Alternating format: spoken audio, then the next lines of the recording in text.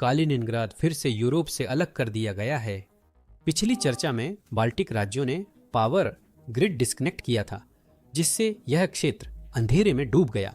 लेकिन इस बार सिर्फ लाइट्स नहीं गई हैं, बल्कि यह कुछ और भी ज्यादा महत्वपूर्ण है। यूरोप की नई परेशानी में स्वागत है। अब लिथुआनियाई सरकार ने रूस से कालिनिनग्राद तक रेल ट्रांजिट रोकने का वादा किया है और ये ट्रेनें आधी खाली आ रही हैं। 31 अक्टूबर को लिथुआनिया की घोषणा ने क्रेमलिन को चौंका दिया।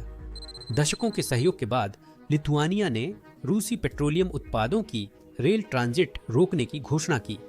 इससे कालिनिनग्राद की आपूर्ति लाइनें कटती हैं, जिससे क्षेत्र असुरक्षित और पुतिन के लिए बड़ी जिम्मेदारी बनता है। क्रेमलिन ने लिथुआनिया पर शत्रुतापूर्ण कार्रवाई का आरोप लगाया। यह कहानी प्रतिबंधों और सीमाओं के बारे में है, लेकिन इसे संघर्ष और बंटते हुए महाद्वीप ने आकार दिया है। स्पष्ट कहें तो कालिनिनग्राद की सुरक्षा केवल ईंधन प्रतिबंध नहीं, नहीं, बल्कि भूगोल से भी जुड़ी है। नक्शा देखिए, यह 98 मील लंबा क्रेमलिन एनक्लेव मुख्य रूस से कटा हुआ है। इसकी सीमाएं पोलैंड और लिथुआनिया से लगती हैं, जो दोनों ही नाटो सदस्य हैं। इस क्षेत्र का सीधा जमीनी रास्ता सिर्फ बेलारूस से होकर है। वह रास्ता सोलोल की गैप से गुजरता है, जो यूरोप के सबसे सैन्यकृत गलियारों में है। इसका मतलब यह है कि यह क्षेत्र रूस के लिए सप्लाई चेन की मौत की सजा जैसा है। यहाँ ईंधन, खाना, स्पेयर पार्ट्स, डिपैचर और दवाइयाँ या तो विदेशी इलाकों से होकर या समुद्र के रास्ते आती हैं। असल में यह रूसी किला तभी काम करता है जब सप्लाई लाइनें चलती रहें, और फिलहाल यही एक समस्या लग रही है। अब आप सोच रहे होंगे, रूस के पास बाकी देश से कटी हुई जमीन कैसे आई? सच कहूं तो सप्लाई रूट्स की अजीब स्थिति को देखते हुए यह एक जायज सवाल है।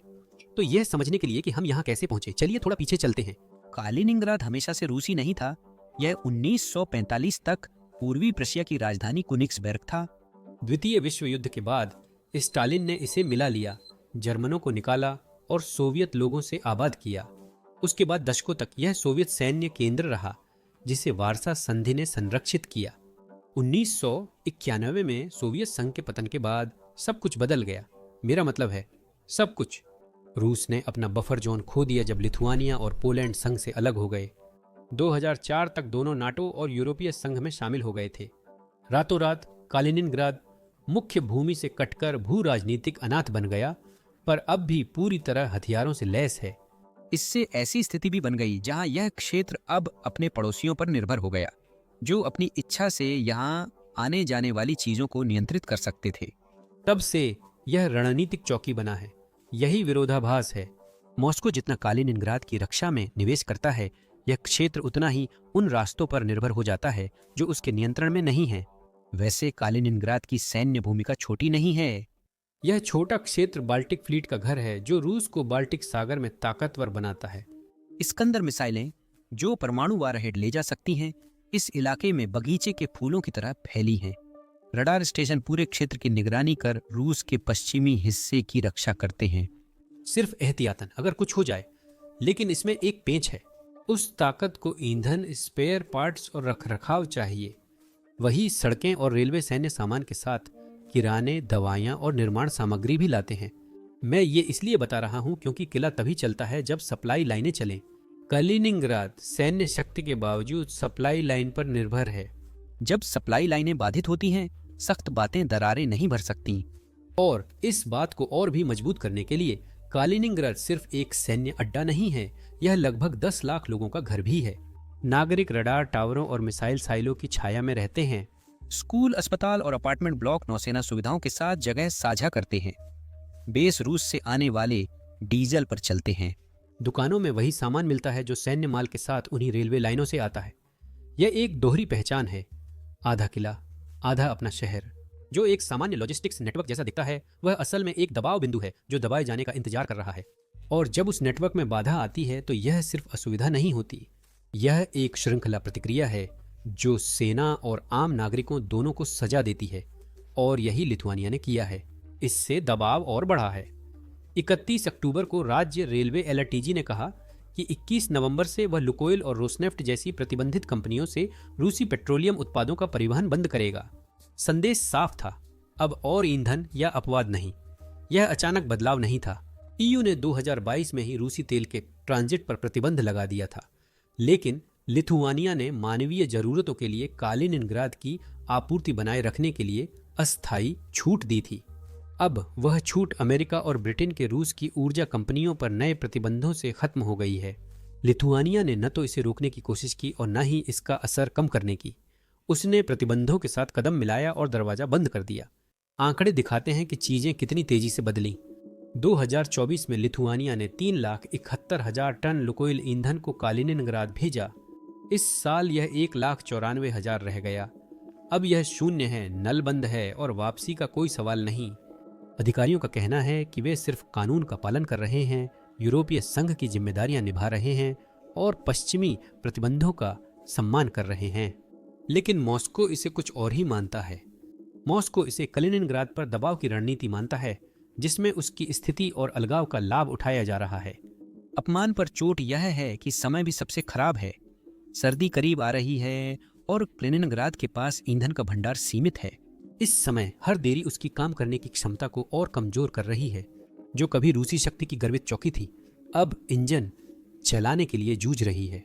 एक घोषणा के साथ लिथुआनिया ने एक शांत रेल गलियारे को दबाव के वाल्व में बदल दिया और अब वह इसे छोड़ नहीं रहा है।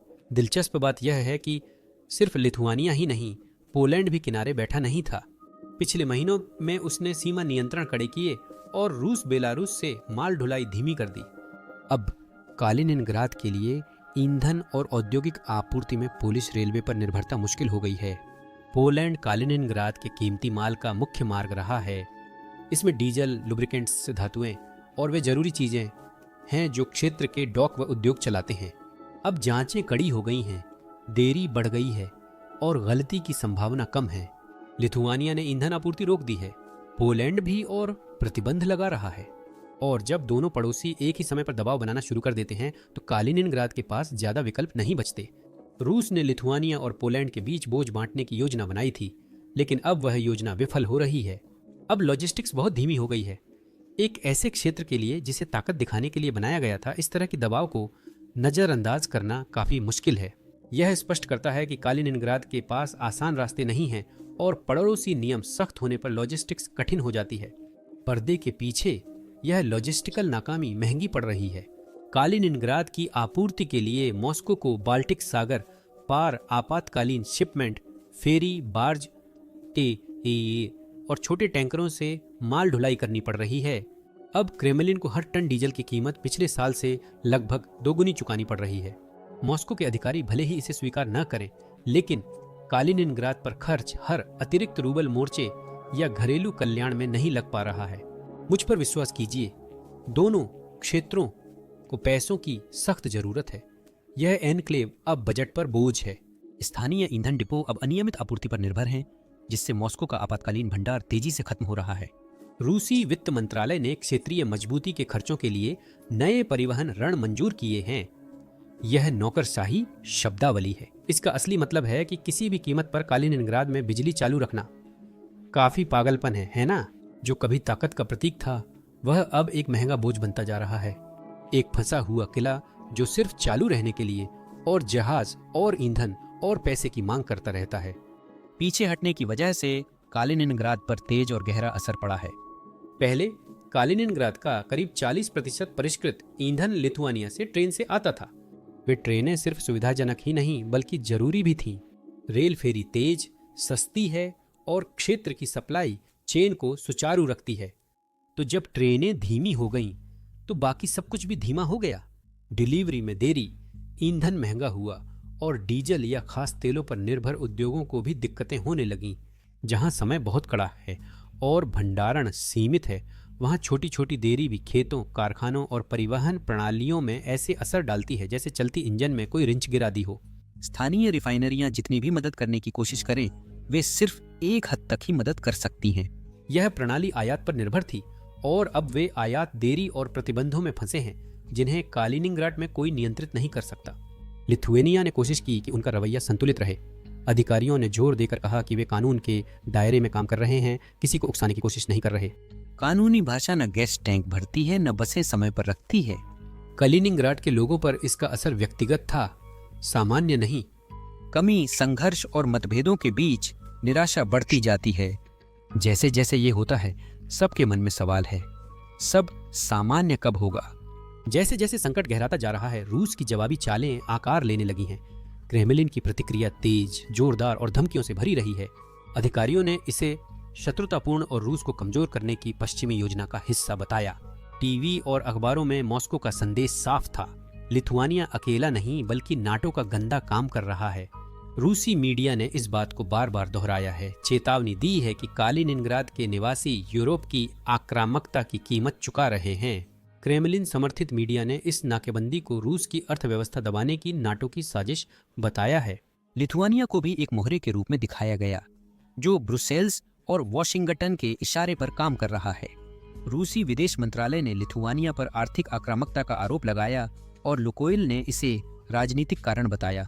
धमकी भी दी गई। साइबर हमले, बढ़े हुए ट्रांजिट शुल्क और अन्य प्रकार की प्रतिशोधात्मक कार्रवाइयां। धमकियों के बावजूद क्रेमलिन को समाधान ढूंढने थे। एक सुझाव था कि समुद्र से और सामान ईंधन भेजा जाए।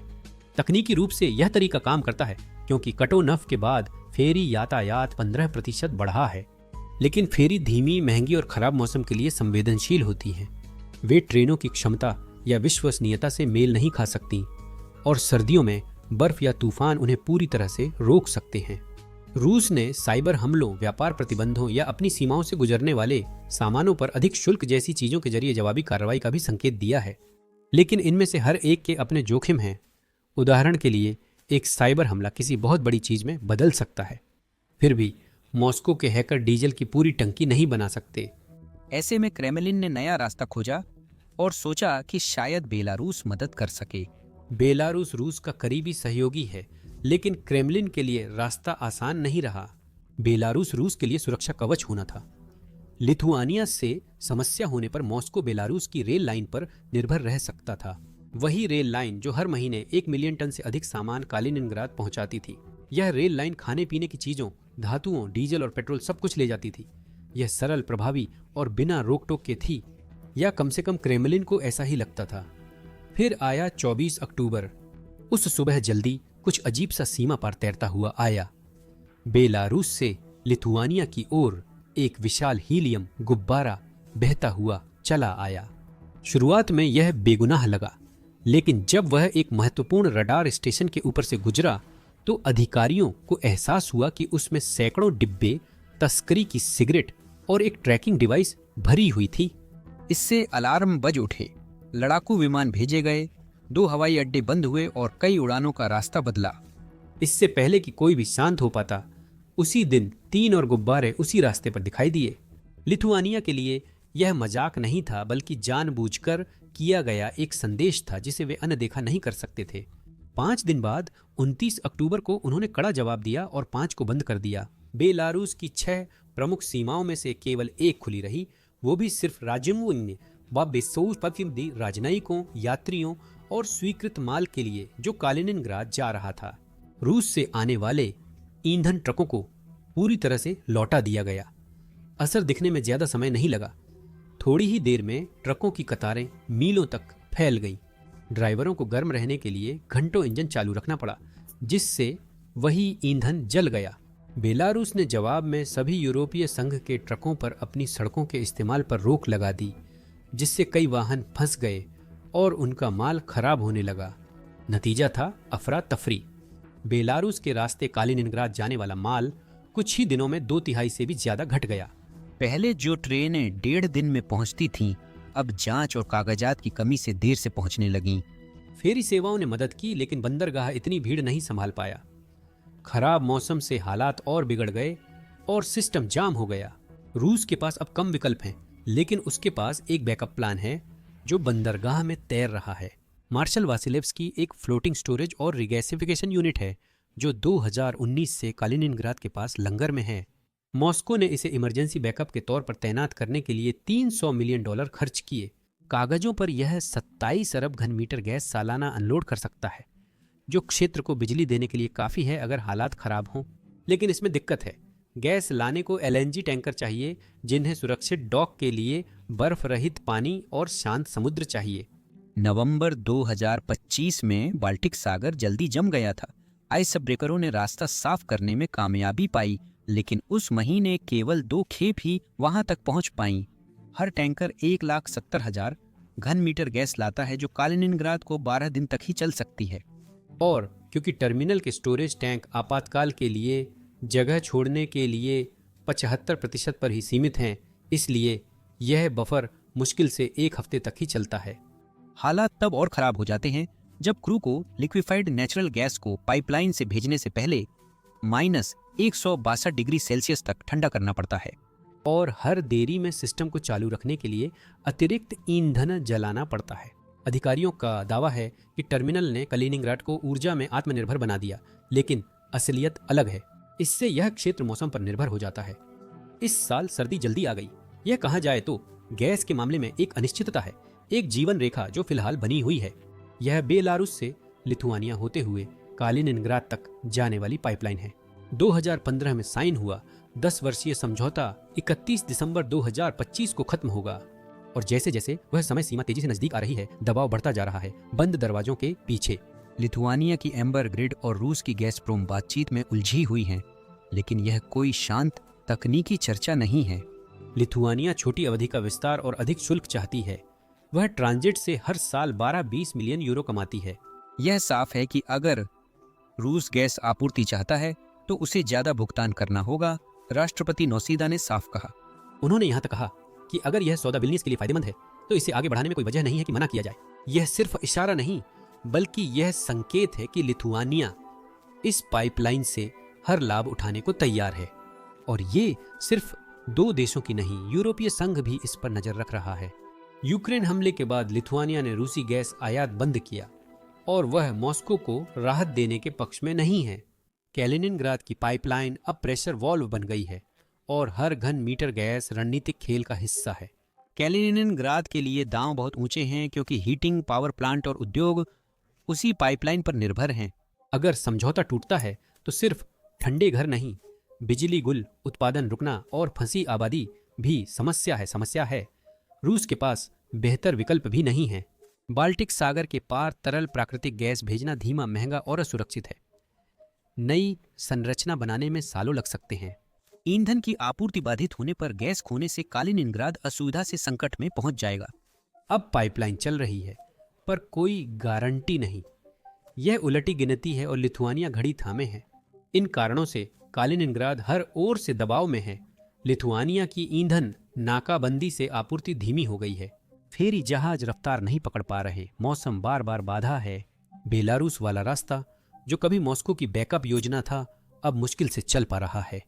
यह इलाका अब भी मिसाइलों और सैन्य उपकरणों से भरा हो सकता है। जब ट्रक न चलें और शेल्फ खाली हों तो कागज की ताकत बेकार है, न टैंक भरती न लोगों को खाना देती। अब मुद्दा सैन्य ताकत नहीं बल्कि जिंदा रहना, ईंधन, खाना और माल ढुलाई है, जो सभी कम हो रहे हैं। महंगाई तेजी से बढ़ रही है, सबकी कीमतें बढ़ गई हैं। ईंधन की कीमतें 40% बढ़ीं और शिपिंग अब कुछ हफ्ते पहले से 1/3 महंगी है। पहले डिलीवरी कुछ दिनों में होती थी, अब हफ्तों लगते हैं। ग्रोसरी स्टोर सामान नहीं जुटा पा रहे। औद्योगिक सप्लायर्स भी डेडलाइन मिस कर रहे हैं। पेट्रोल पंपों पर लाइनें कई ब्लॉकों तक फैली हुई हैं और ड्राइवर अपनी बारी का इंतजार करते हुए घबराए हुए खड़े हैं। उम्मीद कर रहे हैं कि जब तक उनकी बारी आए तब तक पंप में थोड़ा पेट्रोल बचा रहे। जो कभी एक सुचारू रूप से चलने वाली सप्लाई चेन थी, अब वह एक धीमी गति से टूटती हुई व्यवस्था जैसी लगती है। जितना ज्यादा यह खिंचता जा रहा है, रोजमर्रा की जिंदगी उतनी ही ज्यादा इंतजार के खेल में बदलती जा रही है और यह सारा इंतजार लोगों को थका रहा है। स्थानीय उद्योग जो इस क्षेत्र की धड़कन है, हर तरफ से दबाव में है। एम्बर खनिकों को नुकसान हो रहा है क्योंकि परिवहन लागत हर बिक्री में से मुनाफा खा रही है। डीजल की कमी और रेफ्रिजरेशन की समस्या के कारण मछली पकड़ने वाले दल बंदरगाह पर रुके हैं। पर्यटन भी सूखता जा रहा है क्योंकि होटल और रेस्तरां बढ़ती लागत और लगातार यात्रा में देरी से जूझ रहे हैं, जिससे पर्यटक दूर ही रह रहे हैं। सार्वजनिक सेवाएं भी संघर्ष कर रही हैं। शहर के अधिकारी सीमित बजट में बसें चलाने और इमारतें गर्म रखने की कोशिश कर रहे हैं। हर क्षेत्र बोझ से दबा है, सामान कम है और समस्याएं अधिक। जैसे जैसे दबाव बढ़ता है, गैस पाइपलाइन खोने का खतरा पहले से कहीं ज्यादा हकीकत बनता जा रहा है। अगर बातचीत विफल हो जाती है तो सिर्फ फैक्ट्रियां या बसें ही खतरे में नहीं होंगी। घर, स्कूल और पावर प्लांट सभी ठंडे पड़ सकते हैं। उस अनिश्चितता ने सर्दियों पर एक लंबा साया डाल दिया है। व्यवसाय, निवेश रोक रहे हैं, परिवार खर्च करने से बच रहे हैं और बातचीत निराशा से डर की ओर बढ़ गई है। अब बात सिर्फ महंगाई की नहीं रह गई है। अब सवाल यह है कि जब तापमान गिरेगा तो क्या हीटर चलेगा या नहीं। इन सब का असर अब कलिनिनग्राड में माहौल बदलने लगा है। लोग निराश हैं, थके हुए हैं और उनका भरोसा डगमगा रहा है। सोशल मीडिया से युवा देख सकते हैं कि सरहद पार जिंदगी कितनी अलग है। यहाँ के बुजुर्ग निवासी, चाहे वे मॉस्को का समर्थन करें या नहीं, खाली शेल्फ, ईंधन की लाइनें और बढ़ते बिल झेल रहे हैं। कोई भी अछूता नहीं है। और जबकि क्रेमलिन लगातार नियंत्रण का वादा करता रहता है, पुतिन की पकड़ अब कमजोर नजर आ रही है। हर दिन कलिनिनग्राड को रूसी ताकत का प्रदर्शन बनना था। यूरोप में एक किला, अब यह एक फंसे हुए द्वीप जैसा महसूस होने लगा है और दरारें साफ दिख रही हैं। सवाल यह नहीं है कि लोग विरोध करेंगे या नहीं, बल्कि यह है कि वे ऐसा करने से पहले और कितनी देर तक चुप रहेंगे। लेकिन निराशा केवल कमी या समय सारणी से कहीं गहरी है। यह जुड़ाव की भावना से जुड़ी है। कालिनिनग्राड की पहचान हमेशा असहज रही है। यूरोपीय भूमि पर बसा रूसी शहर ग्दांस्क के पास और मॉस्को से दूर जर्मन, प्रुशियन और सोवियत इतिहास से जुड़ा है। सालों तक इस मिश्रण ने एक अनोखी खुलापन दी। निवासी सीमाएं पार कर सकते थे, पड़ोसियों के साथ व्यापार कर सकते थे या आसानी से यूरोपीय संघ के शहरों की यात्रा कर सकते थे। उस जुड़ाव ने कुछ सूक्ष्म लेकिन शक्तिशाली पैदा किया। एक एहसास कि कालिनिनग्राड बाकी रूस जैसा बिल्कुल नहीं था। अब अलगाव वह भिन्नता मिटा रहा है। जो छात्र पहले विल्नियस या ग्दांस्क में पढ़ते थे, वे अब विदेशी यूनिवर्सिटियों से कट गए हैं। सीमा पार कमजोर बाजारों पर निर्भर छोटे व्यापारी दिवालिया हो गए। सोशल मीडिया चुपचाप नाराजगी और उन पोस्टों से भरा है जिनमें बताया जाता है कि यहाँ की दुकानों की शेल्फें खाली हो रही हैं, जबकि सीमा पार रोशनी हमेशा की तरह चमक रही है। युवाओं और कालिनिनग्राड के लोगों के लिए यह विभाजन अब सिर्फ विचारधारा नहीं, रोज दिखता है। जितना समय यह चलेगा, उतना ही खतरा है कि जो आबादी दोनों ओर देखती थी, अब एक तरफ हो जाएगी। यह सवाल उठता है कि मॉस्को बार बार संबंधों की बजाय टकराव क्यों चुनता है। दिन के अंत में कालिनिनग्राड बिखर नहीं रहा, लेकिन वह घिरा जरूर है। जहाजों का बेड़ा चालू है, मिसाइलें साइलों में हैं, पर क्षेत्र की रोजमर्रा की लय टूट रही है। ईंधन की कमी है, डिलीवरी धीमी है और बिजली ग्रिड पर दबाव है। रूस की ताकत का प्रतीक अब नाजुक सप्लाई लाइनों और राजनीतिक अटकलों पर निर्भर है। दूर से तस्वीर और साफ दिखती है। सैन्य उपकरणों का कोई मतलब नहीं रह जाता अगर आप लाइट्स चालू नहीं रख सकते या बसें नहीं चला सकते।